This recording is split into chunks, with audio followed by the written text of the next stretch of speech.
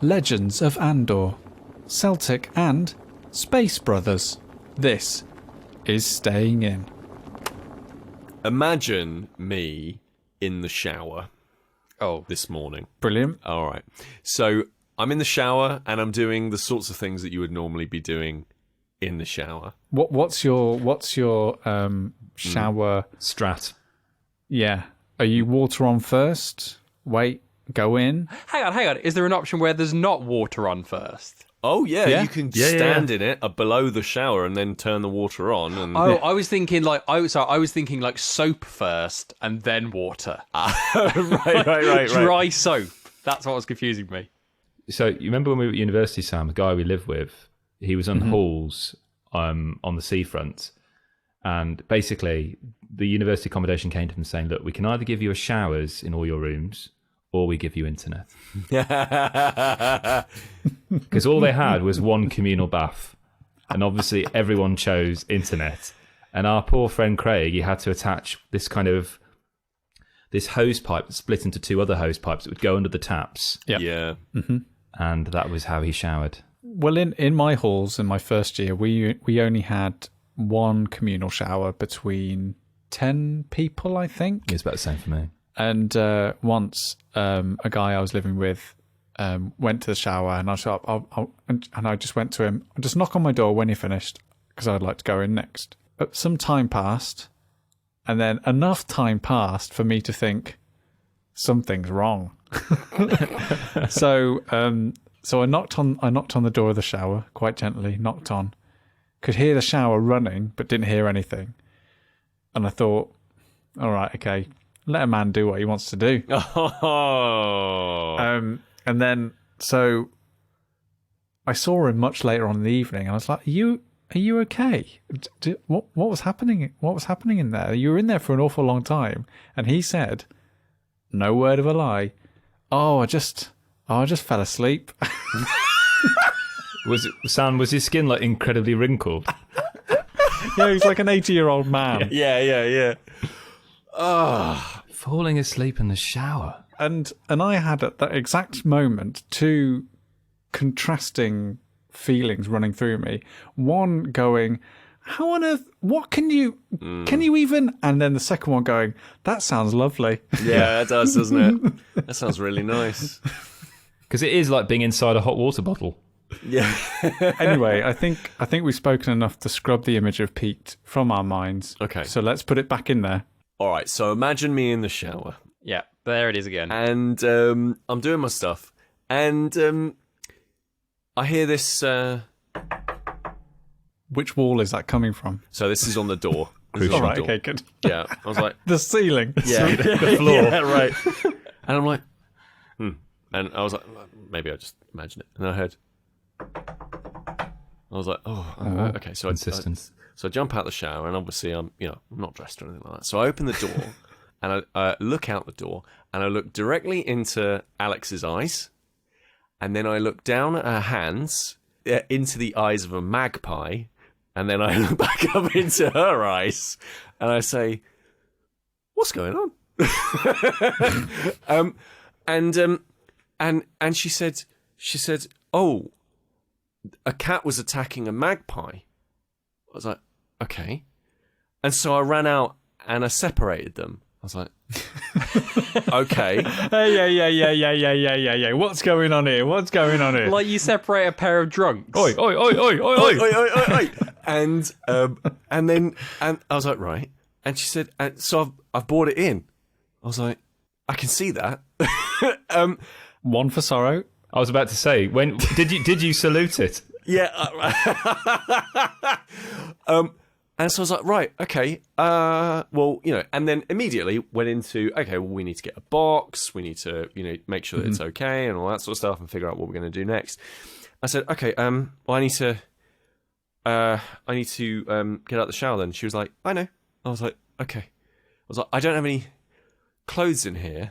And she was like, no, I know. I was like, okay. Now, one thing that people should know about my home is that I have a hallway. Mr. La-di-da. I know. And then on one side, let's say, for example, you're coming in through the front door. On one side, the left-hand side, is the bathroom. And on the right-hand side is my bedroom. And in the middle, of course, is that eponymous hallway and the front door, which was left wide open because she obviously couldn't put the bird down because there was no box or anything like that. So I was like, could you shut the door? And she was like, no, I can't. No, I can't shut the door. I was like, right. I mean, it's my first thought here is whenever I go to the shower, I don't necessarily take clothes with me. Mm-hmm. But there's always one item that I would always take with me to the shower, which would have come in very helpful here. So why was your first thought not, let's go get this large towel, which will cover all of my kind of bits? So it was a pressure situation, Dan. Is this revealing some hidden truth? Because whenever any of us go to each other's houses, when I go and visit Dan or I go and visit Kris, the first thing they say, "Oh, don't worry about bringing a towel. Yeah, we've got plenty. Don't worry." Pete doesn't say that. No. Whenever we go to Pete's, it's always, bring your own bedding and towels. So bring your own stuff. I'm wondering whether... Do we have any towels? Is that your question? Oh God, he just uses a shower curtain, doesn't he? I think you have one towel. Yeah. I used the t-shirt from the day before. So I have to run in my crackers basically Hang on, no, seriously, why do you not have a towel in the shower? Because I didn't think about that, Dan. In hindsight, now I'm telling that story, that does seem like a reasonable thing I should have done. Hindsight is 20/20, Dan. I didn't, and it was very cold as well this morning. So excuses, yeah. So anyway, that all happened, and then at the end of it all, we put this magpie into a box, and then we took it to the vets because it turns out this is a PSA. Turns out that all vets in the United Kingdom have essentially their equivalent of the Hippocratic Oath, but for animals. And if you take a wild animal to a vet's, they have to look after it, and then they bill the RSPCA. Yeah. Isn't that interesting? And had you at that point got a towel or something? Oh, yeah, I was fully clothed by this point. Right. Yeah, I didn't think the vets would be particularly wow, gosh, thrilled at that idea. What about the cat? The cat. So the cat was scared off. By nude Pete. Yeah, well, I'll leave that to your imagination if you like. But the cat was scared off. And don't need to Google that. Are cats afraid of sausages? Yeah, exactly. And cold, small cocktail sausages.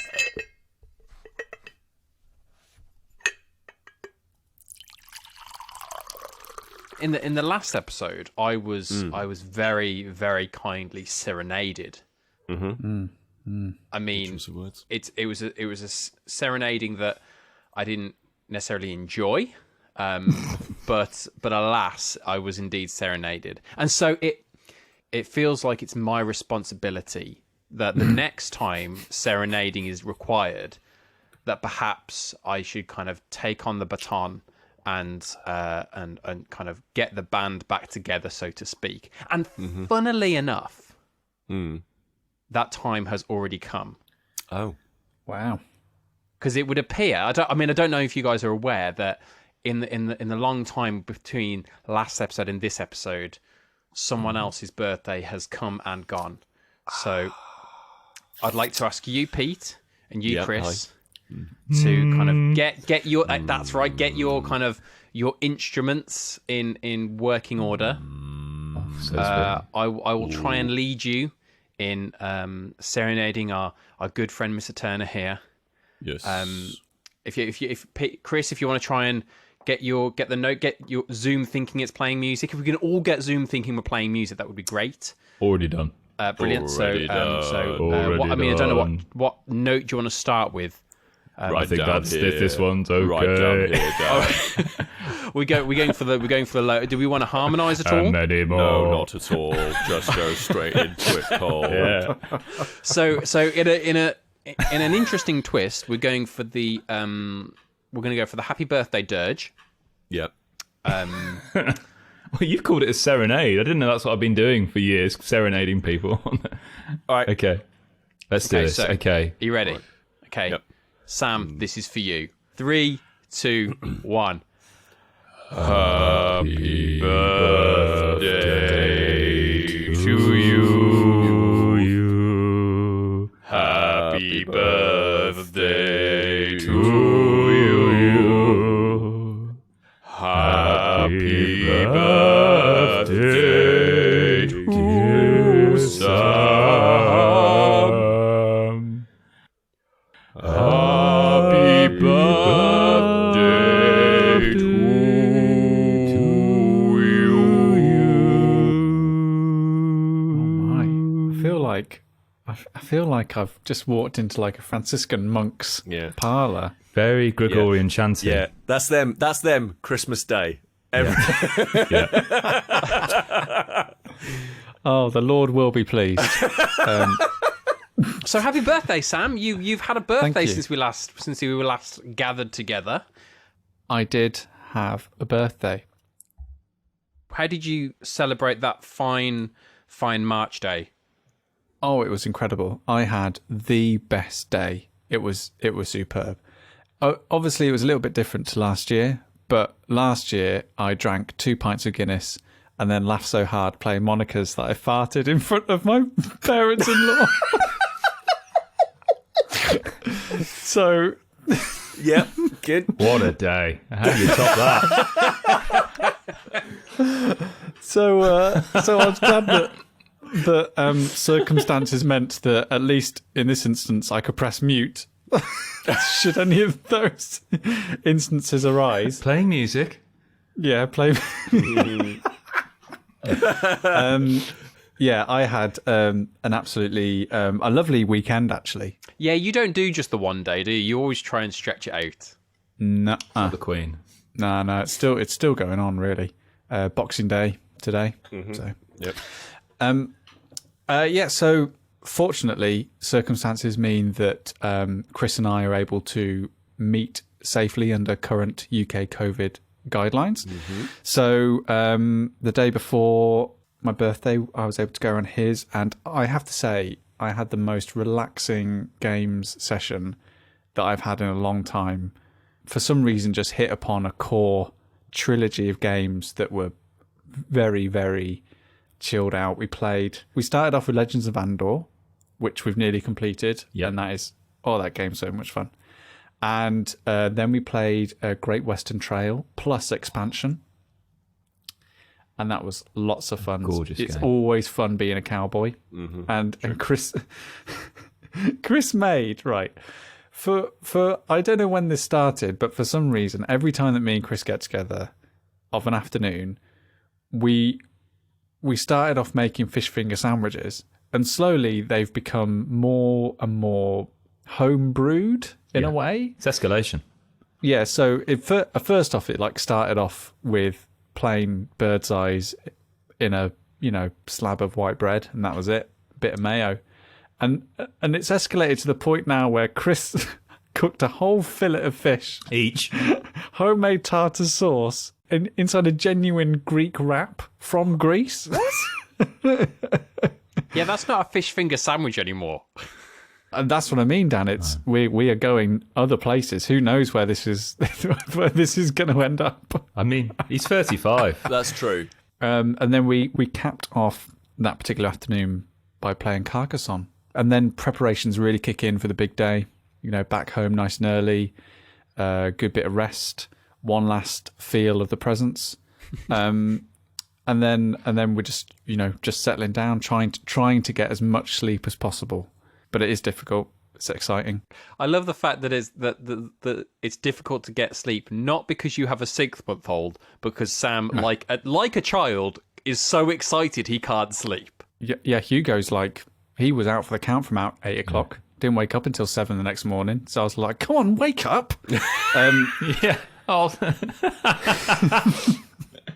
Dad. So for not wanting to go into too finer detail in terms of like everything that happened in the day, we had a lovely morning. I had a pain au chocolat with some tea in bed, and then we went down and opened presents, and I got some absolute crackers this year. I got a nice new coat. My dad, every year we love to play what is Sam's dad going to get him game, and I don't know where Dan pulled this out of the hat, but he actually guessed it absolutely right on the money. I could not have been more right. Yes, Dan just said, "Oh, it's beer tokens and that," and then there was beer tokens. Beautiful, beautiful. And then Wavelength, board game of the day. Can't wait to play that. Wolfgang Warsch, the guys who made Monica's. Right. There will soon be an unboxing on our Instagram feed, but I have given up social media for my birthday, which is my new tradition. So who knows when that will go up? Whenever I feel like it. And then, of course, you three kind gentlemen were kind enough to pull some resources together. Sorry, I was leaving you guys to last, really. And you were kind enough to buy me a brand new Kindle, Generation 10. And it's marvellous. It's wonderful. Thank you very much. Now, the listeners to the podcast may remember, maybe like 2 episodes ago, of you talking on the podcast about getting books for your Kindle. Now, what Sam wouldn't have known is that as he said that, very quickly a text message went around us saying, "Oh, shit. What have we done? We've already bought this thing." And we were like, "It's okay. He did ask for it. It was on his bespoke Amazon wish list. He did ask it. Yes. We knew what he wanted."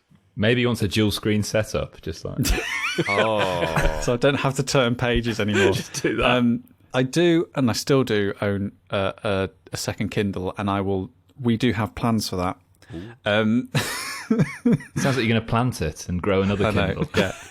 But unfortunately, Amazon, a bit like Apple, believe in planned obsolescence. So my previous Kindle was failing ever so slightly. I like the idea of a failing Kindle. It just misses out every other word. Yeah.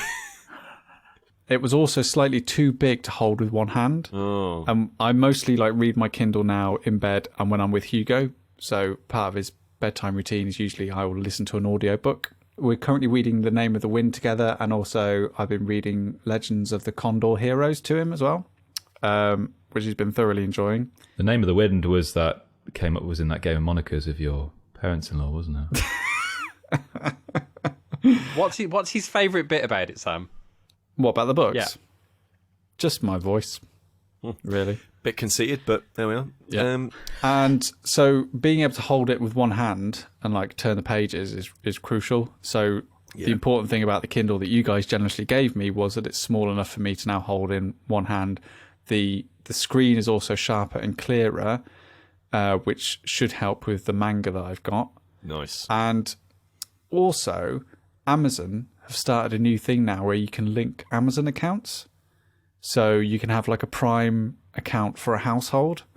So rather than me having to log into my wife's Amazon account to get stuff on Prime, I can just have it all on my account now, and I don't have to switch between the two. But the thing that also that does is that it's linked together our Kindle purchases. So now I can read all the books that she's got, and she can read all the books, not that she would want to, because she's not interested in, what is essentially the Chinese Lord of the Rings, as it's called in this country. Right.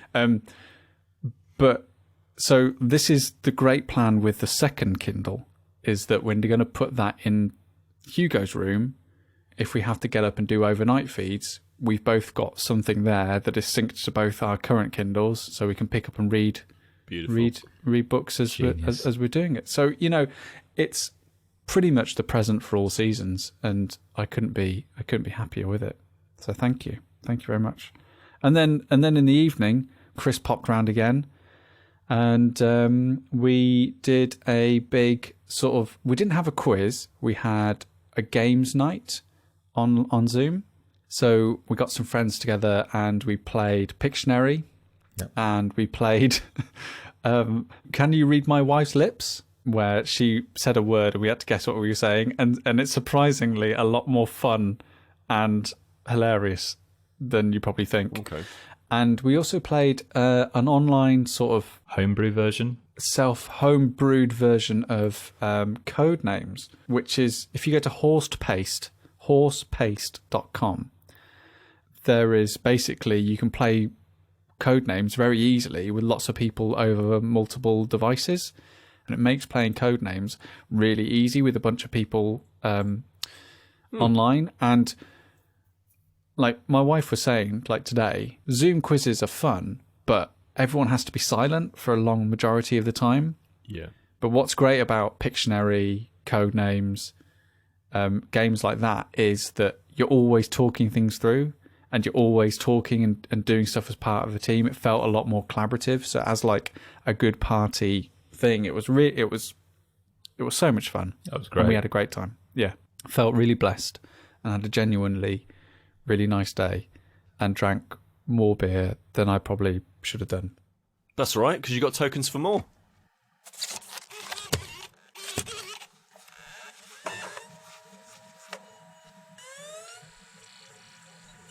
I did that thing where Sam reminded me that a game that is quite a hot property and quite difficult to get a hold of had come back on the market, and I panic bought it, even without thinking whether I actually should be buying it right now. Oh, you should. Oh, yeah. Micro Macro Crime City, a game I've really, really wanted to play just because it's and I will be talking about it, and maybe I will do an unboxing, but it will be literally me opening up a gigantic piece of paper. Oh, you should do like an unboxing and like the first. Oh, yes, that's a good idea. I knew that would be your thing because it's kind of like the step up from doing a jigsaw. Yeah. And also it has that Where's Wally-esque. Oh, I love Where's Wally as a kid. It's such a lovely sort of decorative piece as well that, you know, as someone who is currently like, is able to have like a board game sort of semi-permanently set up on your table, to have that sort of on display is going to be really nice. And I'm hoping that that game that I forced upon you will possibly join into the ranks of one of our famed award-winning categories. Obviously, we don't do the usual like, best adventure game and best who's a what's That's it too easy on the show. Too easy. We have wonderful categories like games to read to, games that you can read a book to, which features such lovely things as Truck Driver. So you said that, and Pete just immediately kind of drifted back to a time when he was playing Truck Driver, listening to audiobooks. Oh, so he went to his happy place. More of that, please. More from that series, please, Tedesco. The most populated categories: breakfast games, King Domino, Hey That's My Fish, The Duke. Yes. Those kind of classics. Our newest category is lunch break games, Minecraft, I think. Yeah. There's stuff to talk about with that, I think, in a future episode, I think. We'll come back to that. We will. We haven't got this is a jam-packed episode. We haven't got time for it today, but... All right, okay, sorry. And the other category we got is games to be served with tea. So, kind of games that... they're not going to be essentially very arduous, but you're going to be sitting down and just having a nice, relaxing time with someone else. So currently on there, things like Railroad Inc., Memoir 44, Old Man Journey. Isn't one of the requirements of a game to have a cup of tea with that the kind of the length of time it takes you to drink the cup of tea is the length of time to play the game? Is that not a requirement of the genre? No, because mileage varies with tea. Because I have to wait 15 minutes before I can even take a sip of my tea. I mean, that's odd. I've got a very sensitive palate. No, you haven't. It's just been destroyed by years of acid. Come on. From salt and vinegar. It's acidic damage. That's what it is. I've got a very sensitive tongue. You've burnt it with vinegar. On my birthday, we were lucky enough to play Between Two Castles of Mad King Ludwig, which I really enjoyed. It's a massive improvement on Castles of Mad King Ludwig. And my wife commentated that, this is very, very relaxed and chilled. It's a lot like that other game that we played, and that other game was called Celtic, which is from Pegasus Spiele, and it was kindly sent to us by Plastic Soldier Company. And Celtic is kind of an odd game because it doesn't really look like the game you're expecting it when you unpack everything from the box. Like, it comes with this like huge board, which even on my new bigger table kind of takes up quite a massive proportion of it, and it has this wonderful sort of green verdant Germanic landscape on it. Then it has all these like discs on it, like these circular pieces of art, and inside all these discs, there's 50 of them. It depicts a certain element of Celtic life. So there's like sheep on there, or like a honey pot, or maybe like a loom, or maybe like a picture of a cave, like different locations or different animals you'd find in different fields and all this kind of stuff. And it's all dotted over this map. The only other thing that sort of components that are on the table are stacks of cards, each laid out at the edges of the board. And then everyone gets a pack of, like, I say a pack because they look a little bit like Jolly Ranchers, like these sort of really brightly coloured neon style like discs that represent their like Celtic family. Okay. And they pile them up high in this massive tower, and they all start off in the central Celtic village, and like that's it, like that's the setup. And the aim of the game is basically everyone has these objective cards, and they've got to, like, you can move 2 spaces, so move up to 2 discs, and you just take as many things as you want and you plonk them down, you move them. When you've got a disc on each one of the locations on the card, you go, right, I've collected all those things, I get 15 points, I move back to the thing, and you carry on going. Then the other thing you can do is you can visit the outskirts of the board, and you can collect like specific like trade goods, which are a bit more expensive, and at the end of the game, like, those get totted up, and if you have lots of those, you'll get more points at the end of the game. And it like feels like this very simple sort of set collection game, and sort of like a objective game where everyone's just going around doing their own little thing, and like collecting all their bits and bobs to fulfill the meats and requirements of these cards. But actually what it is, and this is going to sound a bit more like a contradiction in terms, I think, but it really is a very relaxed, competitive racing experience. Like, the game is exceptionally unbalanced, but in a way that fosters this feeling of competitiveness and tension around the table. That means that you're always playing it wondering what the other players around the table are going to be doing. And it does this in a variety of ways. First of all, there's 2 different types of objective cards. There's ones that are worth 20 points and the ones that are worth 15. The ones that are worth 15 points, you only need to go to 2 locations. The one that are worth 20, you only need to go 3. So there's not a massive sort of extra bit of mechanical stuff you need to do as a player to actually achieve that and get more points, but it's pot luck whether you get those 20-point cards. So you could get a whole hand of 20-point cards and immediately you've got an advantage over all the other players on the board. In a gameplay terms, that's remarkably unfair. As soon as you complete your 5th objective, the game ends. As soon as you gather at least one of all the 7 things around the edge of the board, you can then decide when to end the game. And the other twist of the game is that when someone else moves, if one of your counters is also on their board, you can move with them. So essentially you're following a family around this land, gathering stuff up. So it feels always slightly unfair because someone just might have more points and objective cards than you do just by luck. Someone could just, where you're going around collecting all the high value stuff, just end the game at any point by quickly doing objectives at any time. Someone could just piggyback off what you're trying to do and get to places much quicker than you can just by sort of luck. And I think me and you, Kris, we played it first off, and I think we both sort of bounced off it a little bit. But the more I've played it, the more I've seen that inherent imbalance into it as actually its virtue. And it actually becomes a real tense encounter of, right, they've completed 4 objectives. So what do? Do I rush now to get my other objectives complete, or do I have time to go and do the other stuff I want to do to kind of maximize my score, or do I try and end the game quickly so they don't actually complete the objective that they want to do?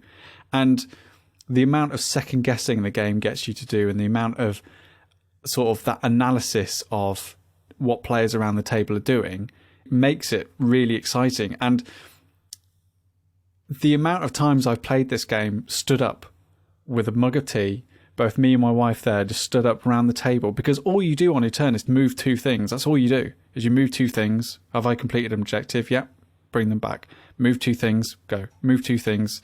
And it's so snappy and fast-paced. And it really is, it feels like it's badly designed, but I'm sort of second-guessing myself in like describing all these mechanics that usually I would say are sort of mechanically defunct, but I think it might just be genuinely well designed to create that sort of atmosphere between the players. Mm-hmm. So it's a bit like, now go with me with this metaphor, Sam. But 3 of us here are from the kind of Birmingham area, the West Midlands kind of area. Okay. Now, listener, can you tell which ones are and which one is not? So, you know, if you go to Cadbury's World, you can get like a packet, or at least you could get, I don't know if you can now, of the packet of the misshapen chocolates. They taste great. Yeah. But for whatever reason, they can't package them because they don't look like the others. So you get this wonderful bag of misshapen Cadbury's pieces, which taste amazing. They somehow taste better because they're slightly different, slightly unique, even though ostensibly it's the same flavour as what you've had before. Something about that combination together is just great. It feels like a real treat as a consequence. It shouldn't work, but it really, really does. Yeah. And there's sometimes when you get misshapes where you bite into them, they look great, but they've just not been filled, so they're solid chocolate all the way through. The other thing that it feels like in that sort of regard, it definitely feels like a game that skews to a younger crowd. Mm-hmm. I think it definitely feels like a competitive family game that shares that same competitive streak that something like, you know, Game of Life has, or, you know, Monopoly has, or something like that, where it sort of captures that same competitive feeling of a family board game, but it feels a bit more grown up. It feels a lot more like a little bit of a stepping stone between something that, you know, might be a bit more advanced on top of it, because the actual mechanics of play are so simple. You're just moving and collecting, and I feel in that regard, when I say it's a family game, it can also be sped up and slowed down according to the people that you're playing with as well. Mm-hmm. So for when me, Kris, and my wife are playing it, it's a lot much more of a snappy experience where we're going like, who's sort of gambling on who's going to like finish the game immediately, or can I take those risks and reward? Whereas if you're playing it with younger people, or maybe even more older people, it's a game that could really be slowed down and enjoyed just for that experience of taking those steps and completing those objectives, and that being experience and both being valid ways of play. So it's really interesting. I think the thing that this kind of speaks to is something I've been thinking a fair bit about recently, which is this idea that there are certain mechanics that fall in and out of being kind of chic. Every once in a while, if you follow any hobby, really, it feels a little bit like, oh, this is the cool thing at the moment, and this other thing over here, oh, that doesn't work anymore, or we don't like that anymore, or that doesn't have any value anymore.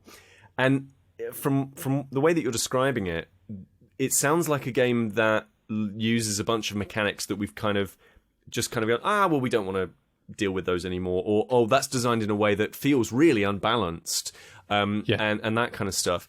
And actually, I think there's a lot of value in going back to old mechanics that we've kind of given up on now, right? So I think it was, is his name Eric Lang, the Eric board Lang, game designer?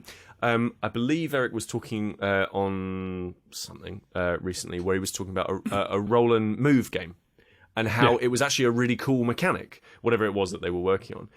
But roll and move has kind of got this, oh, that's not cool. Oh, we don't like those kinds of games anymore. But it feels like maybe there's something that interesting still within that. And like from our experience with something like Basic Fantasy, for example, the RPG that we played, that's a game that is not balanced at all. And most designers will tell you need to balance games because otherwise it's unfair for people and XYZ. But actually that game's not balanced, and it intentionally is not so, because it wants you to feel really up against it at all times. Same with the game that you like and I can't stand, Arkham Horror, the card game. Like I feel like constantly with that game, it feels like it's really stacked against you.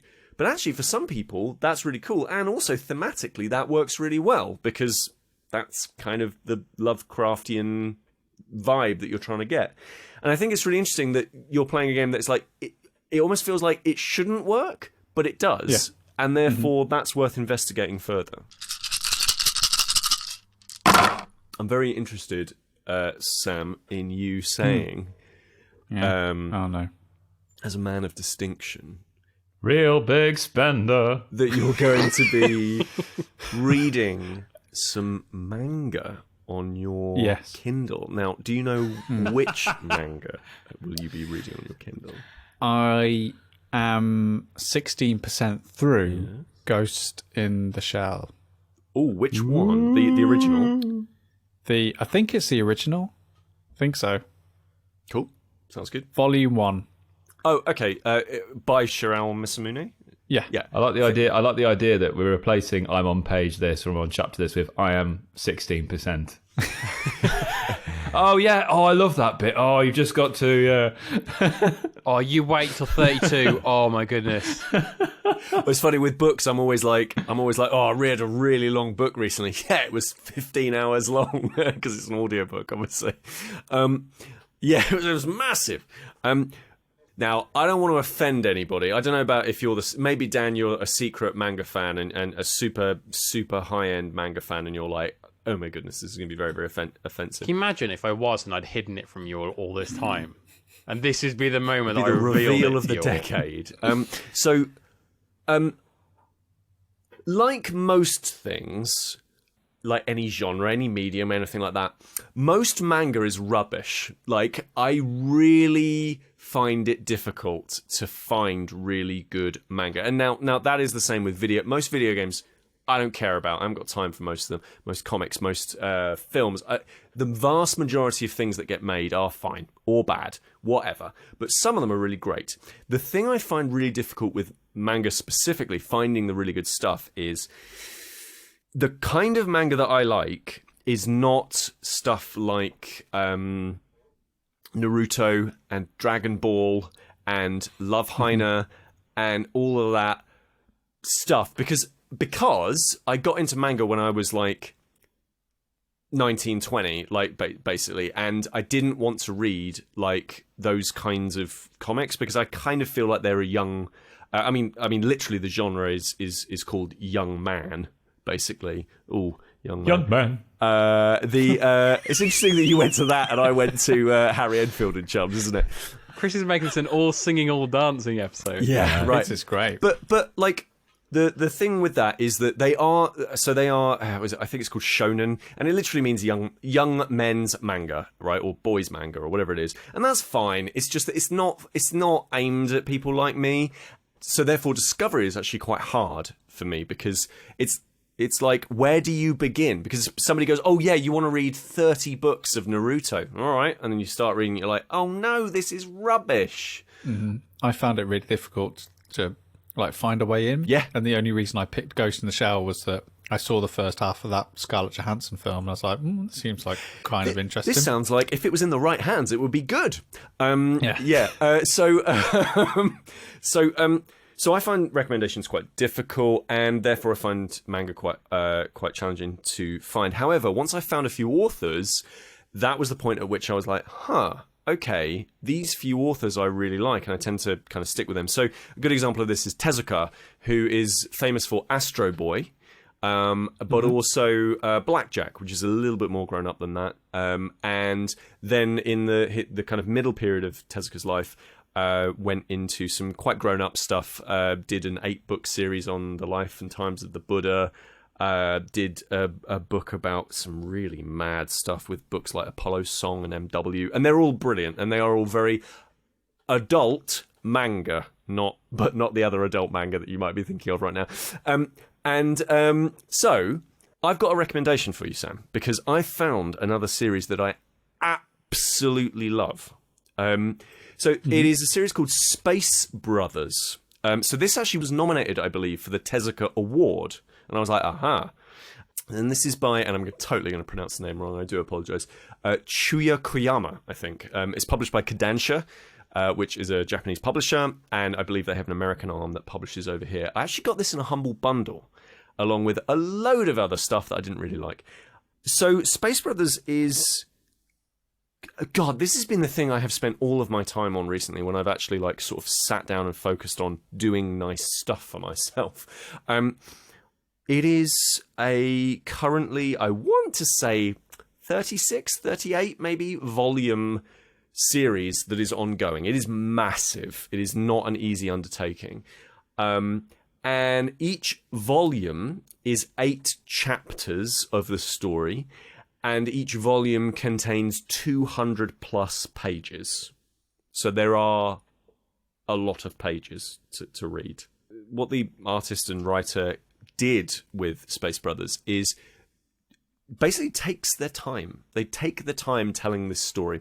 And the story is about 2 brothers, funnily enough, 2 space brothers, and they are called... He pauses for effect. And they're called Mutter Nanba, and he also has a brother called Hibito. And basically, they... Very early on in the story, you are told that they have this dream of going to space and specifically standing on the moon together, going to the moon together. And this is set in late, I think it's 2026 that it kicks off, 2027 maybe. And so it is very near future, and it's set primarily between Japan and America. Between JAXA and NASA, JPL and all of those sorts of places. And it kind of explores these characters, their kind of history, how they grew up, people around them that were influential and really important. So there's an aunt in there that's very, very important. Kind of the embarrassment of parents they explore a little bit, because their parents are fine. They're just a bit sort of... a strange blend of supportive and unsupportive. Now, this whole thing is I don't think it's like quite slice of life, but it's kind of slightly comedy, slightly drama, but most important of all, and this genuinely is like a thing that I love about it, it kind of feels like a Tom Clancy novel, but about space. Because the thing is, I get the feeling that Koyama really, really understands the history of space, because the detail that they go into about this is what Orion is like, this is what the capsule Orion actually is, and what it's about. This is the history of JAXA. This is which is the Japanese Space Agency. This is what happens at which base in NASA. This is how an astronaut gets trained. This is how they test their astronauts. These are real conditions that astronauts come down with. I am now, unbelievably, 16 books into the series. Wow. Have they got to space yet? So one of them hasn't. Okay, well, don't ruin it, because I'm just looking at the it's a rhetorical question, but yeah. But the thing is that it's kind of set up from the beginning, right? That this one character hasn't or won't for a while, and it's brilliant. It is really funny. It doesn't rely on any of the things that are immediate turn-offs for me. Like, I mean, the number one thing that I absolutely hate is fan service, which is like basically sort of slightly lurid shots of ladies. That just immediately turns me off. I'm just like, why was this needed? Yeah, I read a manga about a reincarnated Sherlock, but he's a dog, and a child that finds him, and they still managed to get a panty shot in, and I was like, what are you doing? The dog. Why? I read a manga the other day that was about an alligator and like some, I don't know, like a dog or a cow or something like that, and they go around famous Japanese restaurants, and they still managed to do a like top view of someone's bust, and I was like, why have you done this? Anyway, Space Brothers doesn't bother doing any of that sort of stuff. It just focuses on a really good drama. That still has some of that manga visual iconography, like small amounts of like sweat rolling down somebody's face when they're really nervous. But it's done in a very subtle way. It's never super over the top. It's really approachable, and it's really interesting about how space works, basically how somebody is trained to be part of a space program. And yeah, I absolutely amazing. Like I say, 16 times 200 pages I'm now in, and it has been consistently excellent. Gosh, you've sold me on it, definitely. Well, what I'm doing now is I'm on Amazon. So here's the thing. Here's my top tip. Yeah. Get book 1. Oh, clever. If you like book 1, it is 200 pages. You will know very quickly whether or not it is for you, because it doesn't really change in terms of tone or quality throughout the rest of it, unlike some manga that I've read. And if you really jibe with it, then you'll really enjoy the rest. That it's 200. Then it's £269 for all 38. Yeah. So don't go full Wellington on it. Don't do a Pete. Don't do 300 quid's worth of manga, Sam. Right. Okay. Oh God. Oh, I feel like the pressure's really on. If you've inhaled 300 quid's worth of manga in such a short period of time, your world will be manga. Everything around you. Yeah. Absolutely. Yeah. Yeah. I think you've definitely sold the first volume is £6 on. Get the first one. Give it a go. See what it's like. And also, we've got another 36 years worth of birthdays we can buy for you now, knowing.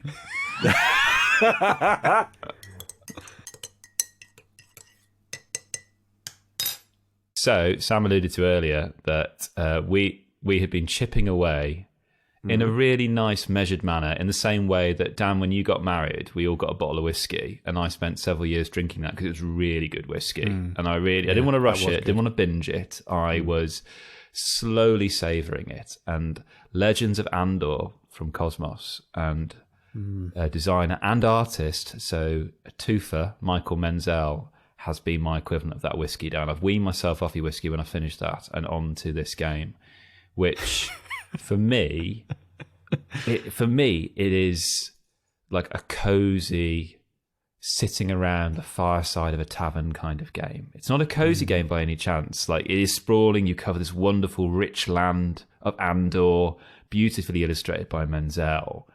But it feels like, like, I don't know how to really describe it, really. Like, did you ever watch a cartoon when you were a kid in the 90s called Prince Valiant? Yes. Do you see what I mean, Sam? It's that kind of nice fantasy. It's not like Game of Thrones. It's almost like the antithesis of that. It's we've spoken about this. I think Andor's problem is that it looks like it's like this high fantasy sprawling adventure, but really it's not. It's actually a really nice, relaxed puzzle game. It's really lovely. And that's why I mentioned the whole fireside thing, because you have a piece in it which is just called the narrator. And that idea of being sat around a fireside telling stories, every time I set it up, even if there's an understanding that, okay, we may lose this game, I still get giddy of excitement. I look like one of those kids on, the adverts on Saturday morning, from, Hasbro or these kind of toy companies. There's something about putting it on the table and that sense of us, me and Sam or whoever around the table, well, it's just me and Sam, I'm not going to lie, sitting around the table and going, oh, here's Andor. Yeah. Okay, where are we going to go to next? What is our quest going to be? And I've wanted to talk about it for ages, but I wanted to wait until we'd flip the board to the other side. Oh yeah, for mission 4. So to give you an idea of like what you do in Andor, right. Well, I was about to get to that, but yeah. Oh, sorry. One of the most one of the like sort of basic missions is that in the top left-hand corner of the board, you've got the castle of Andor. It's called Rightberg Castle, and you're tasked as like heroes, as like this band of heroes, very traditional sort of fantasy style heroes, like the wizard and the dwarf and the elf and the traditional sort of warrior, that you have to go out and find like these special herbs because the king is ill. The king, by the way, is called Brandor. And I love that the fact is like Brandor of Andor. That's pretty good. But whilst you're going out finding these herbs, there are these like orc-style creatures who are slowly advancing onto the castle, and if a certain amount of them are able to like breach the castle walls, then you lose the game. So there's this... The game always has this very clear delineation of like someone's got to go out and do this quest, but someone else has got to stay here and defend the castle from the bad people. Yeah.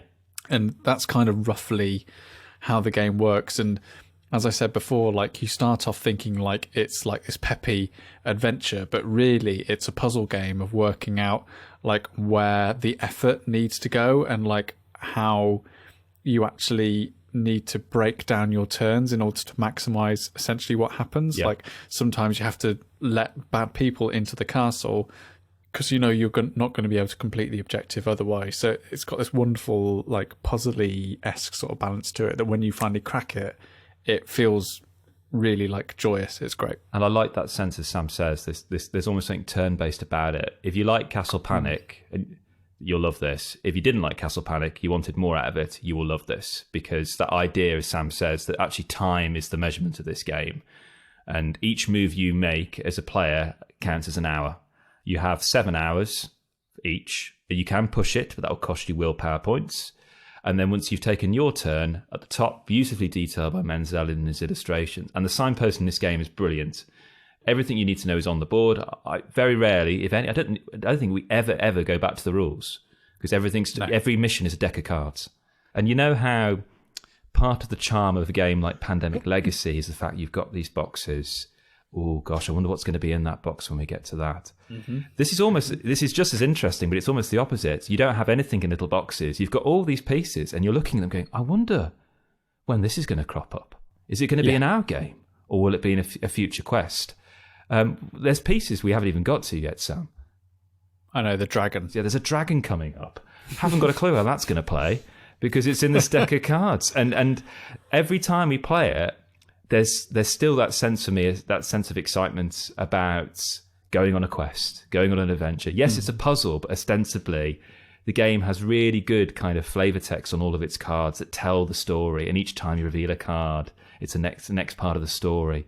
Oh, King Brandor's son, Princess, what's his face, Thorold, has turned up. Oh gosh, oh brilliant, the big guns are here. That's going to help us. And you may be thinking, well, okay, 5 missions. What's the point? If once you've played all 5, will you ever go back to it? And the answer is yes, because I would love to play it with you, Pete. I would love to play it with you, Dan, because every person you play it with will create a different dynamic, not just based on the hero you choose, which has different player powers, but also a lot of the setup is predicated on dice rolls in where certain pieces are positioned. There's a deck of event cards that will change things in a whole myriad of different ways. There's also a merchant you can buy gear from that can help you. So I can imagine happily, particularly if I'm sampling it like a whiskey, I could happily just let it sit on my shelf and bring it out occasionally and go, oh, we need to play Andor. Yeah, let's play Andor. That'd be brilliant. And once again, it's like being a kid again. This kind of feels like a board game version of like an open world kind of video game. Like a board game version of your Assassin's Creed Odyssey, where you can explore different areas and things are constantly being revealed, and in a different way to something like Pandemic Legacy, because I think that's more kind of your Telltale game kind of episodic kind of gaming experience. Whereas this strikes me, I mean, maybe I'm misunderstanding, but it just strikes me as kind of like an open world exploration kind of objectives, doing different missions. Yes, in a way, but it's not as flexible as an open world. So if you go off bumbling around just to do some exploring, which is perfectly valid, like unveiling the Fog of War, for example, to try and pick up some extra stuff, or going around just chopping down enemies, the game will end. You will lose, because every time you kill an enemy, the narrator token moves up the track, and when it gets to a certain point, like, the game will end. Or choose your battles.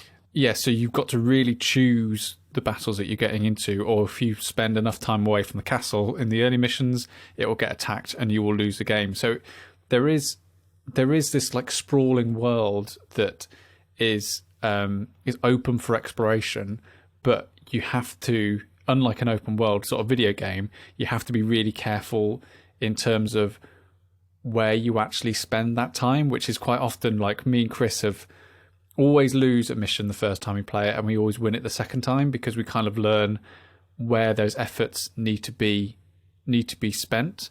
It's really, really interesting, and the way it's sort of set out with that card system, the fact that the rule book is exceptionally slim for the amount of depth and interesting mechanics it applies, makes it really easy to get into. Like, it's one of the best tutorials I think I've ever played in a board game. Like, you know, when people say, "Oh, can we just play it to learn how to do it?" That's how you learn Andor. There is no other way. There is no rule book to sit and read in bed for 3 nights in a row for Andor. There is just nothing. You play the game to learn the game. It's even got special tokens, like tutorial tokens, that you put on the board, which set out the game, and that's how you learn how to play it. And I feel like for like, again, it feels like a really like genuinely nice family game. Like introducing that game to kids instead of like sitting down and going, right, we're playing this now. You can't do this. You can do this. You actually play it to explore it, which is why I'm really excited. Today arrived a lovely package from Kosmos, and in it includes the brand new Legends of Andor Family Edition. So I cannot wait. I'm genuinely excited to open it up and like find out what they've changed, how they've taken this core sort of idea and made it more appealing to families, and I think it already is. It's actually designed by Inka and Marcus Brand, who designed the Exit series for Kosmos. Wow. So, and also Encore as well, the roll and write game. So, like that name, a bit like names like Wolfgang Warsch and like Alexander Pfister and Rainer Knizia, like that husband and wife couple is just one of those board gaming names that like immediately steps off the page. I'm like, I am interested in this, even though this is game age for like 7 and up. Like, what is going on in Legends of Andor Family Edition? And on top of that, they've even released a game called Liberation of Reitberg, which is essentially, it's actually pitched at, do you want to play Legends of Andor, but you've only got 20 minutes? Here's Liberation of Reitberg. Sweet. And it's actually, all the iconography are the same, all the tokens are the same, all the characters are the same, all the enemies are the same, but it's all centered around basically the castle of Reitberg has been laid under siege, and you've got to try and like free it. Like, if Andor sounds like something you'd be interested in, but you're not sure about buying like such a big box, start with Reitberg. If you like that, you'll get familiar with how it kind of works, the world it's kind of set in, and then you can go from Andor onwards. I'd happily own both, definitely, because yes, there's certain, as you say, there's certain similarities, not only just in terms of aesthetics, but also that sense of the puzzle. That never gets old for me. And there's enough of a difference between the puzzles to interest me. I think going back to the point you made about it being a bit open world, it is a little bit like that, Dan. In certain open world video games I've played, you'll sometimes find that the same building is used for multiple side quests. And there's a little bit of it, like, there's a great word for this, a palimpsest. It's where a writing over writing, where, you know, Sam and I will retread the same ground, but in a different quest and it'll have a completely different meaning in that context. And there's something quite lovely about that fact. And again, that highlights the replayability of it. And Michael Menzel has just pulled off a great tour de force here, not only as a designer, as an illustrator. He's got a new game coming out this year, The Adventures of Robin Hood, which I'm mad keen to play. I know very little about it, actually, but it is on my to-play list, really. But yeah, I cannot recommend it enough. A wonderful surprise, 2 to 4 players. If you want to have that, dip your toe into fantasy, feel like you're a kid again, you know, I don't know. I just don't know what it is. It's just, I always have a grin on my face. I always look forward to setting it up. It feels like that wonderful blend between a childhood video game. You know, you look at the box thinking, oh, I hope it's as good as it looks on the box. And this is. It really is. And I can't recommend it enough, really. So that was Staying In. We were all there this time again. Chris Darby, Daniel Frost, Peter Willington, and myself, the birthday boy, Sam Turner. Thank you very much for listening to this show. If you want to find out a little bit more, then stayinginpodcast.com is our website. You'll find all the previous shows listed there, or you could just go to your podcast app of choice to find another episode to listen to. If you're looking for another board game recommendation or a video game recommendation, then we have curated pages on Steam and Board Game Geek. If you'd like to ask us a question about something, maybe you're looking for a recommendation for a very specific book or film or video game or board game, then please just get in touch with us, stayinginpod@gmail.com. Or you can just reach out to us on Twitter, Instagram, Facebook. Just search for @stayinginpod. As mentioned several times throughout the show, if you go to our Instagram page, Staying in Pod, then we've started to do some like little unboxing videos and like what we're playing videos and stuff like that. So we'd love it if you check those out, see if there's something that you'd like more of, and we'll do more of them. It's easy. That's how it works. Anyway, until next time, thank you so much again for listening. Please share this podcast with people that you like, colleagues, friends, family. All we're trying to do is trying to make staying in just a little bit more fun and interacting with your family and friends the best experience it can possibly be. So until next time, thanks very much. Bye-bye.